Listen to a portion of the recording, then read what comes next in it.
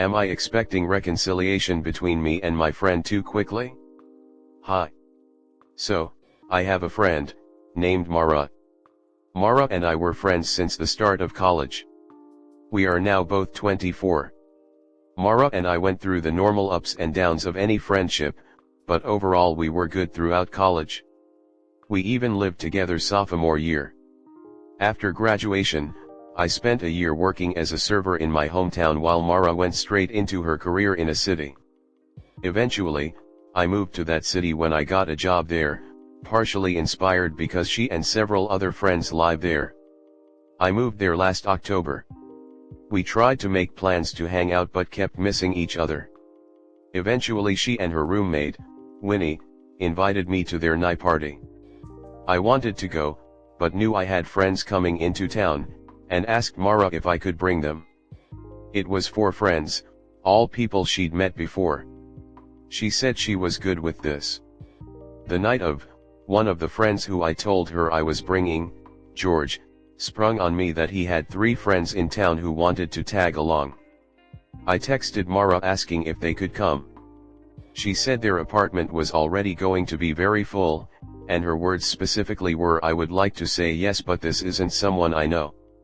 I understood that, and told my friend. However, he kept pressing me asking if I could ask her again since his friends had nowhere to go, and because she hadn't explicitly told me no. So about an hour later I called Mara and asked her. This time on the phone, she said, "Oh okay, I guess, sure." I didn't think much of it. At the party, I will admit we did not do enough to act hospitably and thank them for hosting us, i.e. bringing extra drinks. Later in the night, one of the friends of my friends, who I already knew, but Mara'd never met, named Jake, threw up. I did not see it happen, but allegedly he threw up on my friend's roommate Winnie and in the kitchen and did nothing to help. 2 other people, not from our group, ended up throwing up in the living areas of the house as well. We end up leaving around 1 a.m. A few days later, Mara texts me asking for Jake's phone number. She had to hire a professional cleaning service to get everything taken care of. Obviously, I did not know things were that bad and I am mortified. I provide the phone number of Jake, I apologize profusely and say she never has to see him again, and I offer to reimburse her for the cleaning service. She tells me not to worry about that, but that she appreciates the apology. Over the next couple months, I try to make plans with her. She is responsive at first, but always cancels last Kyobira. Eventually, around March, she goes radio silent when I text her. I text her several times about different plans, and then eventually ask if she's okay, because although we're bad texters, when she went on without texting back for so long I am worried. Eventually, she finally writes back. This is now the end of April, 1.5 months after she dropped off texting. She sends me a long text telling me she is still upset about New Year's, as well as other incidents she never revealed to me. The first was when I tried to host a party with my friends at her house before I had a permanent residence in the city. I get how that sounds really bad, but I wanted to use the party to introduce her to a friend of mine I thought she'd really hit it off with romantically, and I didn't want to spook her before the event because she tends to get anxious and overthink about dating. But I get why that looked bad. The other thing was last July I also missed her birthday brunch when I overslept, but when I apologized then she told me everything was okay and to not worry about it because it happens to everyone. That felt more unfair for her to bring up since she had told me everything was good, so I felt blindsided that she was still holding on to that. Because of all these incidents, she tells me she needs time to process everything and would get back to me when she's ready. She was also starting a new job at the same time and attending her younger brother's college graduation. I said yes, I understand, I'd love to talk things over when you're ready. It's now been 3.5 months since then. I wished her happy birthday, nothing. I invited her to something, at my place, nothing. I understand her being upset, but I also think us talking about things instead of letting them stew would be so much better. I also feel like being mad about the Nye thing for 8 months is excessive, but then again, that could just be my view and maybe Reddit thinks differently. Same with still being mad about the other 2 things which were from over a year ago.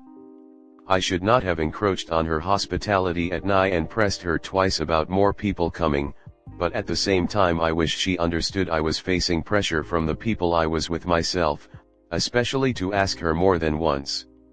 A mutual friend of ours, Leanne, told me Mara felt like she had to say yes to me and I should have known that she didn't really want them there, but I think that's unfair and I should be able to take her words at face value, especially since her first response wasn't a definite no, but her second response she said okay.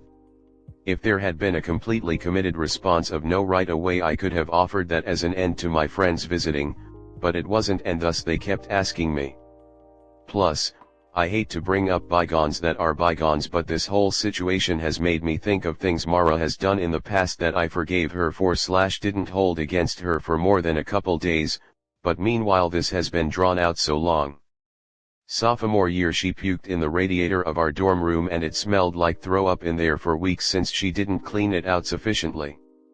Again, I wasn't super mad at the time but now I'm feeling like it's unfair that she's holding a grudge for this scenario when I forgave her for similar things easily. Do you think this amount of time is a rational amount for her to be upset, or do you think it's overboard? I have talked to my own family and friends about this and they are more on my side but that could just be because they are talking to me. Also, do you have any advice on what to do to fix the scenario? I really value Mara as a friend and I miss her a lot. She is kind, funny, intelligent and I really liked having her in my life and doing things with her. I want to know if you all think she really just needs more time, or is this her polite way of ghosting me and ending the friendship? Comment. So, if they were being pushy, that was all the more reason to be firm that your friend who is not their friend and does not know them already said no to letting them into her home, and they needed to drop it. It's not at all surprising they proved absolutely terrible guests given how little respect they demonstrated for Mara in arguing their entitlement to be there in the first place, and you shouldn't have made your discomfort with having to set boundaries with them her problem, especially when she seems to struggle with being assertive herself. Frankly, I do think the fact you're still unwilling to take full responsibility for this incident is reason enough for Mara to still be mad at you. But when it's part of a bigger pattern of you taking her time and space for granted, yeah, odds are she's just done. You can try apologizing without excuses or talk of what you think she owes you, assuming you figure out exactly what you need to be apologizing for, but it may well be too little too late. The reason Mara brought up these past incidents is because they reveal a pattern of you acting self-absorbed and clueless. It sounds like she just doesn't want to be friends anymore, which I can't really blame her for. Take this as a lesson to be more aware of how you come off and how your actions affect the people around you. Some good comments here already, but one thing that's coming through for me is that you're still acting like you're in college, but it seems like she has moved on. You missed her birthday because you overslept. You tried to use her place to host a party.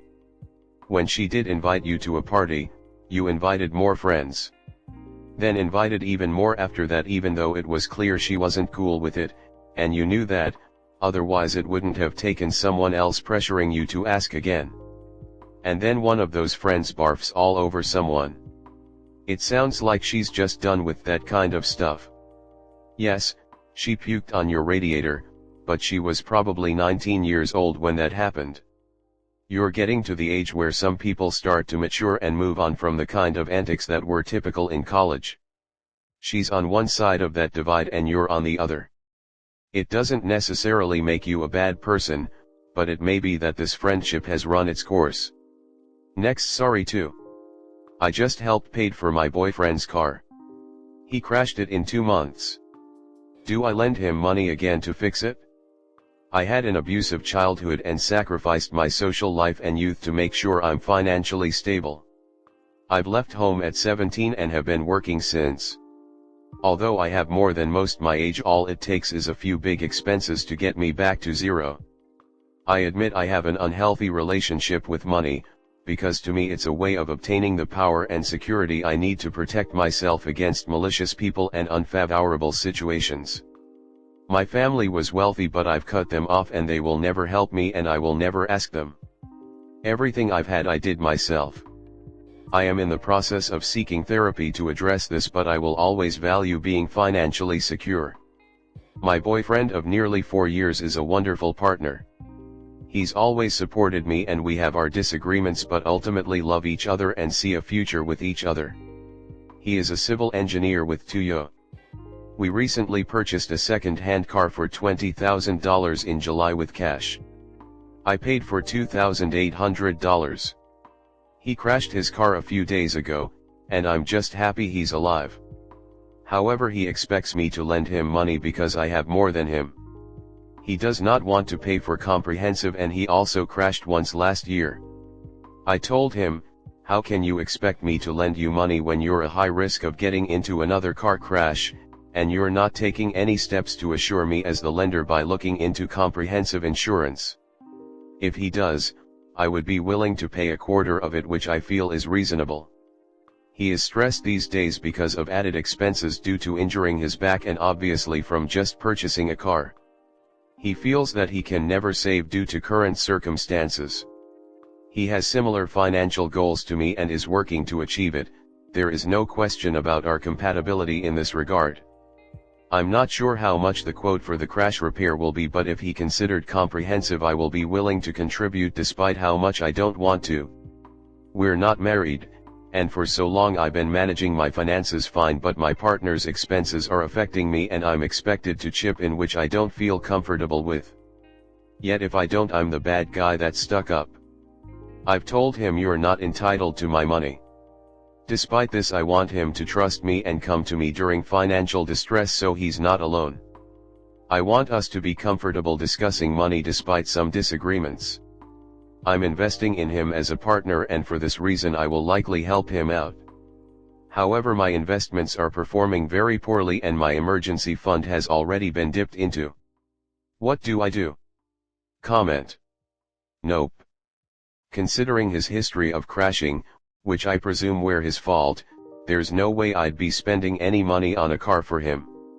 If wants a car, he needs to pay for it all himself, and if he does, I still wouldn't get into that car as a passenger with him as a driver. If you're really feeling generous, buy him a really nice bicycle. Are you sure you're on the same level? Can't save but has to get talked out of a $50,000 new car? Also, expecting you to pay for something like this because you have more would concern me. As you mentioned, having more came with sacrifices. Not opposed to splitting things if that is the situation, agreed, but the way you phrased some stuff makes me think it isn't that simple for your relationship. I'd be ashamed to ask a partner for money for this personally. If you are committed, and plan to stay that way, I don't think it's unfair to split stuff. Obviously not legally required, but if you made the decision to have a future already, it's just a piece of paper, that's the difference. You need to communicate until you agree or it'll only avalanche. And buy the damned insurance. No sympathy if you are now 2 for 2 uninsured.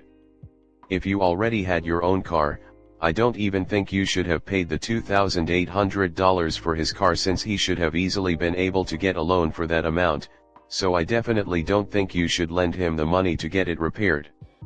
If he had another $30,000 that he was willing to spend on a new car, he can figure out how to pay for his own repairs. Oh, and don't feel bad about your attitude about money. You worked hard to get what you have and know how hard that was. Don't let him jeopardize what financial security you do have.